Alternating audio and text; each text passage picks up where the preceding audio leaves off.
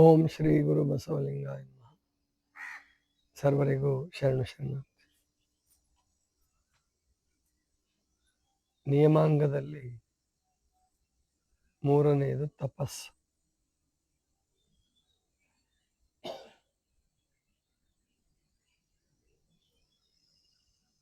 ಸ್ವಾಭಾವಿಕವಾಗಿ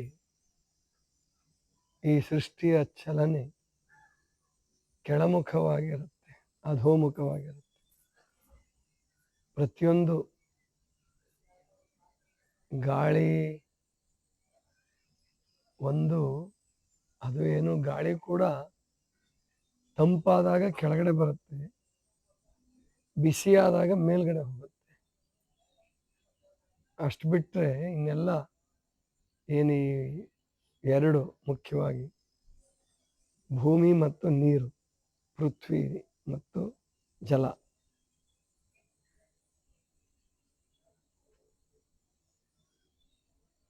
ಸ್ವಾಭಾವಿಕವಾಗಿ ಇವು ಕೆಳಮುಖವಾಗಿ ಚಲಿಸ್ತಕ್ಕಂಥವು. ಅದಕ್ಕೆ ಜಗತ್ತನ್ನ ಸುಧಾರಿಸೋದಕ್ಕೆ ಕಷ್ಟಪಡಬೇಕು, ಹಾಳು ಮಾಡೋದಕ್ಕೇನು ಕಷ್ಟಪಡ್ಬೇಕಾಗಿಲ್ಲ. ಉದ್ಧಾರ ಆಗೋದಕ್ಕೆ ಕಷ್ಟ ಬೇಕು, ಮತ್ತು ಉದ್ಧಾರ ಆಗಿದ್ದು ಹಾಳಾಗಕ್ಕೆ ಬಹಳ ಹೊತ್ತೇನು ಬೇಕಾಗಲ್ಲ.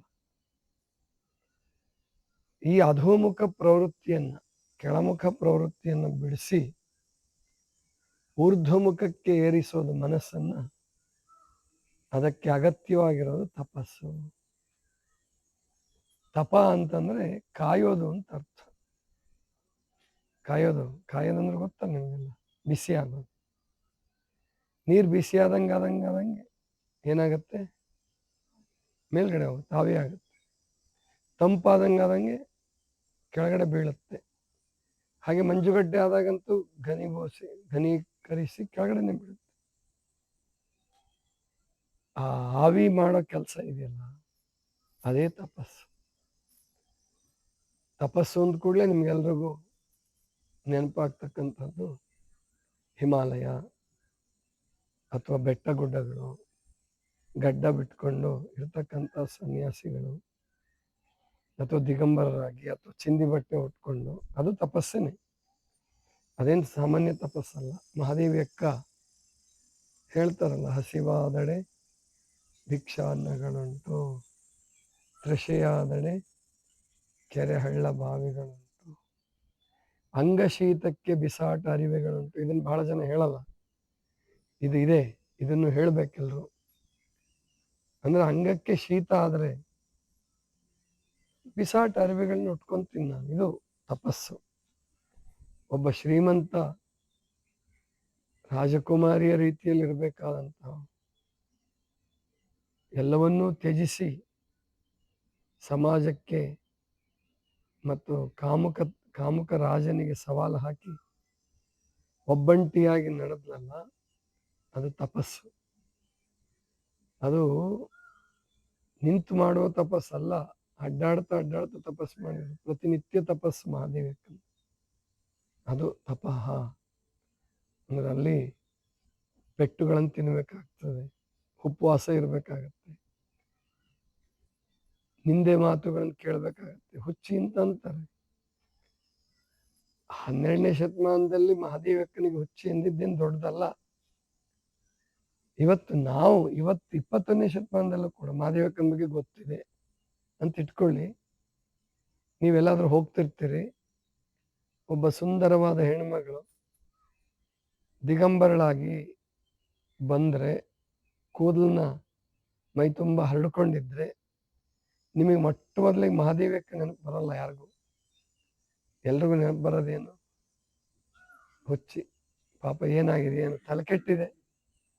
ಅದಕ್ಕೆ ನಾನು ತಮಾಷೆ ಮಾಡ್ತಿರ್ತೀನಿ, ನಿಮ್ಗೊಂದು 3 ಜನ ಅಥವಾ 4 ಜನ ಮಕ್ಕಳಿದ್ರೆ, ಅದರಲ್ಲಿ ಅವು 4 ಜನನೋ 5 ಜನನೋ ಎಲ್ಲ ಮಕ್ಕಳು ಏನಾದರೂ ಆಗಲಿ ನೀವೇನು ಅನ್ನಲ್ಲ ಅವ್ರಿಗೆ. ಅವನೇನು ದೊಡ್ಡ ಅಧಿಕಾರಿ ಆಗಲಿ, ಶಿಕ್ಷಕ ಆಗಲಿ, ಉಪನ್ಯಾಸಕ ಆಗಲಿ, ಕೈಗಾರಿಕೋದ್ಯಮಿ, ರಾಜಕಾರಣಿ, ಏನಾದರೂ ಸಂತೋಷ ಪಡ್ತೀರ. ಮಗ ಅಥವಾ ಮಗಳು ಸನ್ಯಾಸಿ ಆಗ್ತೀನಿ ಅಂದರೆ ಮೊಟ್ಟ ಮೊದಲು ಕೇಳೋ ಪ್ರಶ್ನೆ ಏನು, ಯಾಕೆ ತಲೆ ಕೆಟ್ಟಿದೆಯಾ? ಹೌದಿಲ್ಲ? ಸನ್ಯಾಸಿ ಸಾಧನೆ ಮಾಡಿದ್ಮೇಲೆ ಗೌರವ ಕೊಡ್ತೀರ, ಆ ಮಾತು ಬೇರೆ. ಆದ್ರೆ ಮೊಟ್ಟ ಮೊದಲು ಸಾಧಕರಿಗೆ ಯಾರೋ ಸನ್ಯಾಸಿ ಆಗ್ತೀನಿ ಅಂದ ಕೂಡಲೇ ಆಯ್ತು ಬಾ ನೀನು ಬಿಟ್ಟು ಬರ್ತೀನಿ, ಎಲ್ಲಿ ಹೋಗ್ಬೇಕು ಅಂತ ಹೇಳು ಅಂದ್ರೆ ಪ್ರಾಯಶಃ ನೀವು ಅಷ್ಟು ಸುಲಭ ಬಿಟ್ಟು ಬರ್ತೀನಿ ಅಂದ್ರೆ ಅವರು ನಿಮ್ಮ ಬಗ್ಗೆ ತಪ್ಪು ತಿಳ್ಕೊಂತಾರೆ ಕಾಣುತ್ತೆ. ನಮ್ಮ ಅಪ್ಪ ಇದನ್ನೇ ಕಾಯ್ತಿದ್ನೇನೋ, ಗೊತ್ತಾಯ್ತಲ್ಲ, ನನಗೆ ಆಸ್ತಿ ಕೊಡ್ಬೇಕಾಗತ್ತೆ ಅಂತ ಹೇಳಿ ನಾನು ಹೋದ್ರೆ ಸಾಕು ಅಂತ ಕಾಯ್ತಿದ್ನೇನೋ, ಅದಕ್ಕೆ ಬಿಟ್ಟು ಬರ್ತೀನಿ ನಡಿ ಅಂತ ನೋಡು ಅಂತ ಅವನು ಸಾಧಕ ಅಥವಾ ಸಾಧಕಿನೂ ಅನ್ಕೋಬಹುದು. ಅಂದ್ರೆ ದೊಡ್ಡ ಕೆಲಸವನ್ನ ಸಾಧಿಸುವಾಗ ಮೊದಲಿಗೆ ಸಮಾಜ ಯೋಚನೆ ಮಾಡೋದು ಹಿಂಗೆ, ಅದು ತಪ್ಪು ಅಂತಲ್ಲ ಸಮಾಜದ್ದು, ಅಥವಾ ನಿಮ್ಮ ತಪ್ಪು ಅಂತಲ್ಲ, ತಪ್ಪಲ್ಲ ಅದು, ಹಾಗೆ ವಿಚಾರ ಮಾಡೋದೇ ಅದು. ಮಹಾದೇವಕ್ಕನಿಗೆ ಯಾರೋ ಹುಚ್ಚಿ ಎಂದಿದ್ದಾರೆ ಅಂತಂದ್ರೆ ಮಹಾದೇವಕ್ಕ ಹೇಳೋದು ಅವರ ತಪ್ಪು ಗೊತ್ತಿಲ್ಲ ಪಾಪ. ಅದಕ್ಕೆ ಯೇಸು ಕ್ರಿಸ್ತನ ಜೀವನದಲ್ಲಿ ಅದು ಬೈಬಲಲ್ಲಿ ಹೇಳ್ತಾರೆ, ಶಿಲ್ಬೆಗೆ ಏರಿಸುವಾಗ್ಲೂ ಕೂಡ ಅವನಿಗೆ ಮೊಳೆ ಬಡಿಯುವಾಗ್ಲೂ ಅವನಿಗೆ ಹೇಳಿದ್ದ ಅದೇನೆ, ಇವ್ರು ಏನ್ ಮಾಡ್ತಿದೀವಿ ಅಂತ ಗೊತ್ತಿಲ್ಲ ಅವ್ರಿಗೆ ಏನ್ ಮಾಡ್ತಿದೀವಿ ಅಂತ ಗೊತ್ತಿಲ್ಲ, ಅವ್ರು ನಂಬಿರೋದೇ ಸತ್ಯ, ನಾನು ನಿಜ ಹೇಳ್ತೀನಿ ಅಂತಂದಾಗ ಅವ್ರು ಹಂಗೆ ಮಾಡೋದೆ ಅದು ಅವರ ಧರ್ಮ. ಬಸವಣ್ಣವರು ಅದೇ ಅಂತಾರೆ, ಅದು ಏನದು ಮಾಳಿಗೆ ಹೆಗ್ಗಣ, ಮಾಳಿಗೆ ಎಂದರೆ ಮಾಡದಯ್ಯ. ಹೆಗ್ಗಣಕ್ಕೇನು ತೋಡೋದಷ್ಟು ಗೊತ್ತದಕ್ಕೆ, ಇದು ಮಾಳಿಗೆ ಅಂದ್ರೆ ಈಗ RCC ತೋಡಕ್ಕಾಗಲ್ಲ ಅದಕ್ಕೆ. ಅವಾಗೆಲ್ಲ ಮಣ್ಣಿನ ಮುದ್ದೆ ಮಾಡಿರ್ತಿದ್ರಲ್ಲ ಮಾಳಿಗೆ ಮೇಲೆ, ಅವುಗಳನ್ನು ತೋಡೋದು, ಮಾಳಿಗೆನೆಲ್ಲ ಕೊರೆಯೋದು. ಹೆಗ್ಗಣ ಮಾಳಿಗೆ ಎಂದರೆ ಮಾಡದಯ್ಯ, ಕೋಡಗ ಏಡಿಸಬೇಡೆಂದರೆ ಮಾಡದಯ್ಯ. ಕೋಡಗೆ ಅಣಕಿಸ್ದಂಗೆ ಮಾಡ್ತಿರುತ್ತಲ್ಲ, ಅದು ಬೇಡ ಅಂತಂದ್ರೆ ಅದು ಬಿಡಲ್ಲ. ಕಾಡಿಗ ದೂಷಕನವರವರ ಆಡುವುದೇ ಧರ್ಮವೇ, ಅವ್ರದ್ದು ಆಡ್ಕೊಳ್ಳೋದೇ ಧರ್ಮ ಅವ್ರಿಗೆ. ಅವ್ರು ಹುಟ್ಟಿರೋದು ಆ ಸ್ಥಳದಲ್ಲೇ ಹುಟ್ಟಿದ್ದಾರೆ, ನೀವೇನು ಮಾಡಬೇಡಿ, ತಪಸ್ಸು ಮಾಡೋದು ಅಷ್ಟೇ ನಿಮ್ಮ ಕೆಲಸ. ನೀವು ಅವ್ರು ಬೈಲಿ ಬಡಿಲಿ ಅಥವಾ ನಿಂದೆ ಮಾಡಲಿ ಏನೇ ಮಾಡಲಿ, ಅದು ನೀವು ತಪಸ್ಸಿಗೆ ತೊಡಗಿದಾಗ ಎಲ್ಲದಕ್ಕೂ ಸಿದ್ಧವಾಗಿರಬೇಕು. ಒಬ್ಬ ಹರಿದ್ವಾರದಲ್ಲಿ ಒಬ್ಬ ಋಷಿ ಇತ್ತೀಚೆಗೆ 20ನೇ ಶತಮಾನದಲ್ಲಿ ನಡೆದ ಘಟನೆ ಹೇಳ್ತಾರೆ. ತಪಸ್ವಿ ನಡಿ ಆ ಕಡೆ ಹೋಗ್ಬಿಡು, ಒಬ್ಬದ ಬಗ್ಗೆ ಹೇಳ್ತಾರೆ. ಏನಂತಂದ್ರೆ ಅವನು ಹಿಂಗೆ ಜ್ಞಾನಿ, ಆಶ್ರಮ ಕಟ್ಕೊಂಡು ತುಂಬ ಚೆನ್ನಾಗಿ ನಡೆಸ್ತಿರ್ತಾನೆ. 10 ಜನ ಶಿಷ್ಯರು, 100 ಜನ ಭಕ್ತರು, 1000 ಜನ ಭಕ್ತರು, ದಾನಿಗಳು ಎಲ್ಲ ಚೆನ್ನಾಗಿ ಬೆಳೆಸಿರ್ತಾರೆ ಆಶ್ರಮ. ಅಲ್ಲಿ ಅವಾಗೊಬ್ಬ ಕಳ್ಳ, ದರೋಡೆಕೋರ, ಬಹಳ ದೊಡ್ಡ ದರೋಡೆಕೋರ. ಅವನು ರಾತ್ರಿ ದರೋಡೆ ಮಾಡೋನಲ್ವಂತ. ಅವನು ಹೇಳಿ ನಿಮ್ಮಲ್ಲಿಗೆ ದರೋಡೆಗೆ ಬರ್ತೀವಿ ಅಂತ ಹೇಳಿ, ಗೊತ್ತಾಯ್ತಲ್ಲ, ಹೋಗಿ ಅವನ ಸೈನ್ಯ ತಗೊಂಡೋಗಿ ದರೋಡೆ ಮಾಡ್ಕೊಂಬ. ಹಿಂಗೆ ಆಶ್ರಮದಲ್ಲಿ ಬಹಳ ಸಂಪತ್ತಿದೆ ಅಂತ ಗೊತ್ತಾಯ್ತು ಅವನಿಗೆ. ಆವಾಗ ಅವನು ಬರ್ತಾನೆ, ಇವರು ಪ್ರವಚನ ಮಾಡ್ಕೊಂತ ಕೂತಿರ್ತಾರೆ. ಯಾರ ಕೈಲಿ ಹೇಳು ಕಳ್ಸಿರ್ತಾನೆ ಅಂತ, ಅವ್ನು ಬರ್ತಾನೆ ಅಂತ ಹೇಳ್ರಿ, ಅವನಿಗೆ ಕಳ್ತನಕ್ಕೆ ಬರ್ತಿದ್ದಾನೆ ಅಂತ ಹೇಳ್ರಿ. ಆಮೇಲೆ ಸರಿ, ಅವ್ರು ಅಂದ್ಕೊಂಡಿದ್ರು ಪೊಲೀಸರಿಗೆ ತಿಳಿಸ್ತಾರೆ, ದೊಡ್ಡ ಸೈನ್ಯ ಹೋರಾಟ ಆಗತ್ತೆ ಅಂತ ತಿಳ್ಕೊಂಡಿದ್ನ. ಅದಕ್ಕೆ ಭಾಳ ಜನ ಬಂದರು. ಸರಿ, ಇವನು ಏ ಸ್ವಾಮಿ ಏನು ಹೇಳ್ತಿದ್ದಿ, ನಿಲ್ಸು, ನಿನ್ನ ಹತ್ರ ಏನೇನಿದೆ ಎಲ್ಲ ಕೊಡು. ನಾನು ನೋಡಪ್ಪ ಸತ್ಸಂಗ ನಡೆಸ್ತಾ ಇದ್ದೀವಿ, ನಾವೇ ನಿಲ್ಸಲ್ಲ, ನೀನು ಕಳ್ತನಕ್ಕೆ ಬರ್ತೀನಿ ಅಂತ ಹೇಳಿ ಕಳಿಸಿದ್ದೆಲ್ಲ ನಾವೆಲ್ಲ ರೆಡಿ ಮಾಡಿ ಇಟ್ಟಿದ್ದೀವಿ, ತಗೋ ಇದು ಕೀ ತಗೋ, ನಿನಗೇನೇನು ಬೇಕು ಎಲ್ಲ ತೊಗೊಂಡು ಹೋಗ್ಬಿಡು. ಆಮೇಲೆ ಸರಿ ಕೀ ತೊಗೊಂಡ. ಎಲ್ಲ ಇವನೇನು ಸುಳ್ಳು ಹೇಳಿದಾರೆ, ಬೇರೆ ಕಡೆ ಸಾಕ್ಸಿದಾರೆ ಅನ್ನಿಸ್ತು. ಇಲ್ಲ, ಎಲ್ಲವೂ ಅಲ್ಲೇ ಇದ್ದು. ಏನು ಯಾರ್ಯಾರು ಭಕ್ತರು ಕೊಟ್ಟಿದ್ರು, ಆಭರಣ ಕೊಟ್ಟಿದ್ರು, ಬಂಗಾರ ಕೊಟ್ಟಿದ್ರು, ಚಿನ್ನ ಏನು ಹಣ ಕೊಟ್ಟಿದ್ರು, ಎಲ್ಲವೂ ಟ್ರೆಜರಲ್ಲಿ ಇತ್ತು. ಅವನು ವಿಚಾರ ಮಾಡ್ದ, ಇವನು ಇಷ್ಟು ಸರಳವಾಗಿ ಕೊಡ್ತಾನಂದ್ರೆ ಇವನಿಗೇನಾಗಿರ್ಬೋದು, 2 ಆಗಿರ್ಬೋದು. ಅವನಿಗೆ ಗೊತ್ತಾಯ್ತು, ಅವನು ಸ್ವಲ್ಪ ಅವನೇನು ತೀರಾ ದಡ್ಡ ಇರಲಿಲ್ಲ. ಅವನು ಇವನು ಇಷ್ಟು ಸುಲಭವಾಗಿ ಕೊಡ್ತಾನಂದ್ರೆ, ಕೀಲಿಕಾಯಿ ಕೊಡ್ತಾನಂದ್ರೆ 2 ಆಗಿರ್ಬೋದು. ಏನು, ಇಲ್ಲ ಇವನು ಹುಚ್ಚ ಇರ್ಬೋದು, ಇಲ್ಲ ಅಂದ್ರೆ ಇವನು ತಲೆಕೆಟ್ಟಿರ್ಬೋದು, ಇಲ್ಲ ಅಂದ್ರೆ ಇವನು ಮಹಾ ಜ್ಞಾನಿ ಇರ್ಬೋದು. ಯಾಕಂದ್ರೆ ಮಧ್ಯದಲ್ಲಿದ್ದವ್ರಿಗೆ ಹಿಂಗೆ ಕೊಡಲ್ಲ, ಅವರೆಲ್ಲ ಸಿದ್ಧ ಮಾಡ್ಕೊಂಡು ಕೂತಿರ್ತಾರೆ. ಆದ್ದರಿಂದ ಇವನು ಏನೋ ಇರ್ಬೋದು ಅಂತ ಹೇಳಿ ವಿಚಾರ ಮಾಡ್ತಾನೆ.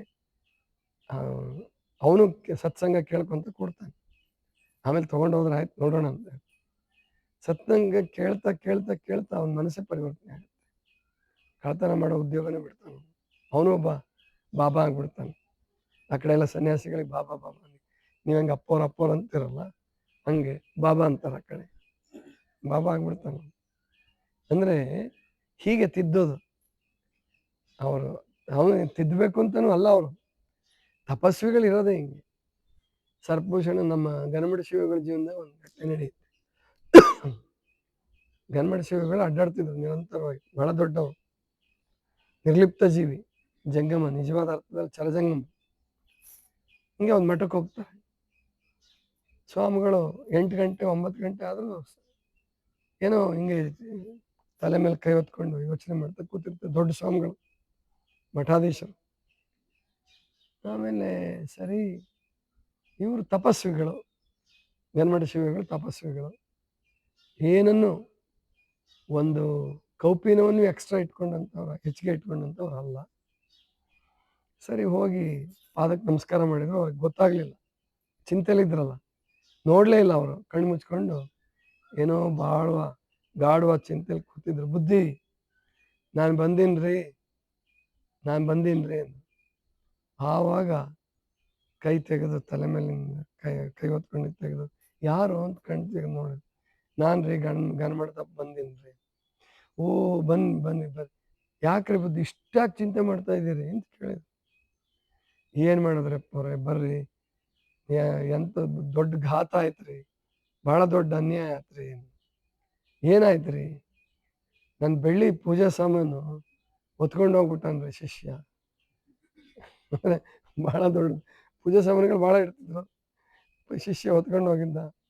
ಇವ್ರದ್ದು ಯೋಚನೆ ಮಾಡ್ಕೊಂಡು ಕೂತಿದ್ರು. ಯಾರು ಪೂಜೆಗೆ ಯಾರು ಸಜ್ಜು ಮಾಡ್ತಿದ್ನೋ ಅವನೇ ಎತ್ಕೊಂಡು ಹೋಗ್ಬಿಟ್ಟಿದ್ದ, ಮಠ ಬಿಟ್ಟೆಲ್ಲ ಹೊರಟೋಗ್ಬಿಟ್ಟಿದ್ದ. ಇವರಿಗೆ ಅದಕ್ಕೆ ಯಾಕೆ ಚಿಂತೆ ಮಾಡ್ತಾರೆ ಅಲ್ರಿ, ಮತ್ತು ಅಷ್ಟೆಲ್ಲ ಸಾಮಾನುಗಳು ಹೋದ್ರೆ ಮತ್ತೆ ಏನು ಮಾಡ್ಬೇಕ್ರಿ?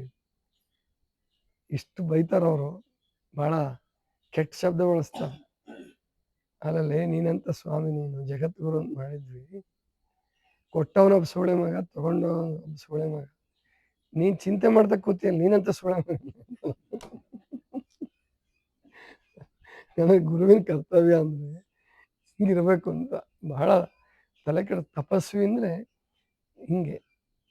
ಅಂದರೆ ಅದರ ಅರ್ಥ ನೀವು ಗೃಹಸ್ಥರು ಮಾಡೋದು ತಪಸ್ಸಲ್ಲ ಅಂತ, ಅದು ತಪಸ್ಸೇ. ನಮಗಿಂತ ಹೆಚ್ಚು ಕಷ್ಟ ಸಹಿಸ್ತೀರ ನೀವು ಕೆಲವು ಬಾರಿ, ಮಕ್ಕಳಿಂದ ಅಥವಾ ಅಕ್ಕಪಕ್ಕದವರಿಂದ. ನಮಗಿನ್ನೂ ಅಷ್ಟು ತೊಂದರೆಗಳಾಗಲ್ಲ, ಹೆದರ್ಕೊಂತಾರೆ. ಜಗತ್ತು ಸಂತರಿಗೆ, ಶರಣರಿಗೆ, ಆಮೇಲಿಂದ ಯೋಗಿಗಳಿಗೆ ತೊಂದರೆ ಕೊಡೋಕ್ಕೆ ಎಲ್ಲೋ ಒಬ್ಬೊಬ್ಬ ಕೊಡ್ಬೋದಷ್ಟೇ. ಆದರೆ ನಿಮಗೆ ಸಂಸಾರಿಗಳಿಗೆ, ಗೃಹಸ್ಥರಿಗೆ ಯಾರು ಬೇಕಾದ್ರೂ ತೊಂದರೆ ಕೊಡ್ಬೋದು, ಯಾರು ಬೇಕಾದ್ರೂ ಹಾಡಬಹುದು, ಅನ್ನಬಹುದು, ಬಡತನ ಬರ್ಬೋದು. ಆಮೇಲೆ ನಮಗೆ ಜೋಳಿಗೆ ಇರ್ತದೆ, ನಾವು ಭಿಕ್ಷೆ ಬೇಡ್ಬೋದು, ನಿಮಗೆ ಭಿಕ್ಷೆ ಬೇಡಕ್ಕೆ ಬರಂಗಿಲ್ಲ. ಅದೆಲ್ಲವನ್ನೂ ಸಹಿಸ್ಕೊಂಡು ನಿಯಮಗಳನ್ನು ಬಿಡಲಾರ್ದೇನೆ, ಮೌಲ್ಯಗಳನ್ನು ಬಿಡಲಾರ್ದೆ ಬದುಕ್ತಿರಲ್ಲ ನೀವು ಕೂಡ, ಅದೊಂದು ತಪಸ್ಸೆ. ಆ ತಪಸ್ಸನ್ನೇ ಹೇಳ್ತಿರೋದಿಲ್ಲಿ ಪತಂಜಲಿಗಳು. ತಪಸ್ಸನ್ನು ಹೇಳುವಾಗ ಎಲ್ಲೂ ಕೂಡ ಗಡ್ಡ ಬಿಡಬೇಕು, ದಿಗಂಬರರಾಗಿರಬೇಕು, ಹಿಮಾಲಯಕ್ಕೆ ಹೋಗ್ಬೇಕು ಅಂತ ಎಲ್ಲಿ 195 ಸೂತ್ರದಲ್ಲಿ ಎಲ್ಲೂ ಹೇಳಿಲ್ಲ. ಪರಿಶ್ರಮ, ಕಠಿಣ ಪರಿಶ್ರಮವೇ ತಪಸ್ಸು, ಕಠಿಣ ಪರಿಶ್ರಮವೇ ತಪಸ್ಸು. ನಿಮ್ಮ ಏನು ಎಲ್ಲ ದೊಡ್ಡ ದೊಡ್ಡ ಸಾಧಕರು, ವಿಶ್ವೇಶ್ವರಯ್ಯನವರು, ಆಮೇಲಿಂದ ನಾಲ್ವಡಿ ಕೃಷ್ಣರಾಜ ಒಡೆಯರು, ಅವರೆಲ್ಲ ಗೃಹಸ್ಥರೇ. ಆದರೆ ಅವ್ರ ಯಾವ ತಪಸ್ವಿಗಳಿಗಿಂತ ಥಾಮಸ್ ಆಲ್ವಾ ಎಡಿಸನ್ 1800 ಬಾರಿ ಫೇಲ್ ಆಗಿದ್ದಂತೆ. ಇದರ ಬಲ್ಬ್ ಕಂಡುಹಿಡಿಬೇಕಾದ್ರೆ 1800 ಬಾರಿ ಫೇಲ್ ಆದನಂತೆ. 1800 ಬಾರಿ ಆದಮೇಲೆ, 1800 ಬಾರಿ ವಿಫಲ ಆದಮೇಲೆ ಅವ್ನು ಬಲ್ಬ್ ಕಂಡುಹಿಡ್ದ ಅಂತ ಹೇಳ್ತಾನೆ. ಮೇಡಮ್ ಕ್ಯೂರಿ ರೇಡಿಯಂ ಸಂಶೋಧನೆ ಮಾಡುವಾಗ ಆಕೆ ಕ್ಯಾನ್ಸರೇ ಬಂತು. ಹಗಲು ರಾತ್ರಿ ಕುದಿಸೋದು ಆ ಅದಿರನ್ನು ಕುದಿಸಿ ನಾನು ಅದನ್ನು ತೆಗಿಲೇಬೇಕು. ಪೋಲೋನಿಯಂ ಅಂತ ಒಂದು ರೇಡಿಯಂ ಅದನ್ನೆಲ್ಲ ಕಂಡುಹಿಡಿದವರು ಅವರು. ಕೊನೆ ಕ್ಯಾನ್ಸರಿಂದನೇ ತೀರ್ಕೊಂಡ್ರು. 2 ನೊಬೆಲ್ ಪ್ರೈಸ್ ಬಂದವು ಆಕೆ. ಅದೊಂದು ದೊಡ್ಡ ತಪಸ್ಸೇ ಅಲ್ವಾ? ಅವರೆಲ್ಲ ತಪಸ್ಸು ಮಾಡಿದ್ರು ಅಂತ ನಾವು ಇಷ್ಟು ಆರಾಮದೀವಿ. ಇವತ್ತು ಏನೇ ಮೊಬೈಲ್ ಫೋನ್ ಇರಲಿ, ಉಪಗ್ರಹಗಳಿರಲಿ, ಸ್ಯಾಟಲೈಟ್ಸ್ ಇವು ಬಿಡಬೇಕಾದ್ರೆ, ಅಬ್ದುಲ್ ಕಲಾಂ ಅವರು ರಾಕೆಟ್ ಕಂಡುಹಿಡಿಬೇಕಾದ್ರೆ, ಮಿಸೈಲ್ ಮನ್ ಅನ್ನಿಸ್ಕೋಬೇಕಾದ್ರೆ ದೊಡ್ಡ ತಪಸ್ಸದು, ಸುಮ್ಮನೆ ಅಲ್ಲ. ಅವರು ಬ್ರಹ್ಮಚಾರಿಗಳಾಗಿದ್ದು ತಪಸ್ಸು ಮಾಡಿದ್ರು ಅಬ್ದುಲ್ ಕಲಾಂ ಅವರು. ಇವೆಲ್ಲ ತಪಸ್ಸುಗಳೇ. ಕಠಿಣ ಪರಿಶ್ರಮ, ತ್ಯಾಗ, ಸೈರಣೆ, ತಾಳ್ಮೆ ಎಲ್ಲವೂ ತಪಸ್ಸೇ. ಅಂತಹ ತಪಸ್ಸು ಮಾಡಿ ಯೋಗ ಮಾರ್ಗದಲ್ಲಿ ಮುನ್ನಡೀತೀರ, ಮೇಲೆ ಹೋಗ್ತೀರ, ಮೇಲೆ ಹೋಗ್ತಿರ್ತೀರ. ಯಾರು ತಪಸ್ಸು ಬಿಡ್ತಾರೆ ಅವ್ರು ಕೆಳಗೆ ಬೀಳ್ತಾರೆ. ಅವ್ರಿಗೆ ಬೇಕಾದಂಥ ಯೋಗ ಇರಲಿ, ಅವ್ನು ತಪಸ್ಸು ಬಿಡಬಾರ್ದು, ಸಾಯೋ ತನಕ ತಪಸ್ಸು ಬಿಡಬಾರ್ದು. ತಪಸ್ಸು ಬಿಟ್ಟ ಅವನು ಬಿದ್ದ ಅಂತ ರೋಗ ಶುರುವಾಗ್ಬಿಡ್ತದೆ, ರೋಗ ಬಂದೇ ಬರ್ತಾವೆ. ಅದಕ್ಕೆ ನೀವು ತಪಸ್ಸು ಮಾಡಿ, ನಾವು ತಪಸ್ಸು ಮಾಡೋಣ, ಎಲ್ಲ ಸೇರಿ ರಾಷ್ಟ್ರವನ್ನು, ಸಮಾಜವನ್ನು ಚೆನ್ನಾಗಿ ಮಾಡೋಣ. ನಾವು ಚೆನ್ನಾಗಾಗೋಣ, ಸಮಾಜವನ್ನು ಚೆನ್ನಾಗಿ ಮಾಡೋಣ. ಮಕ್ಕಳು ಮೊಮ್ಮಕ್ಕಳಿಗೆ ತಪಸ್ಸಿನ ಮಾರ್ಗ ತೋರಿಸಿ.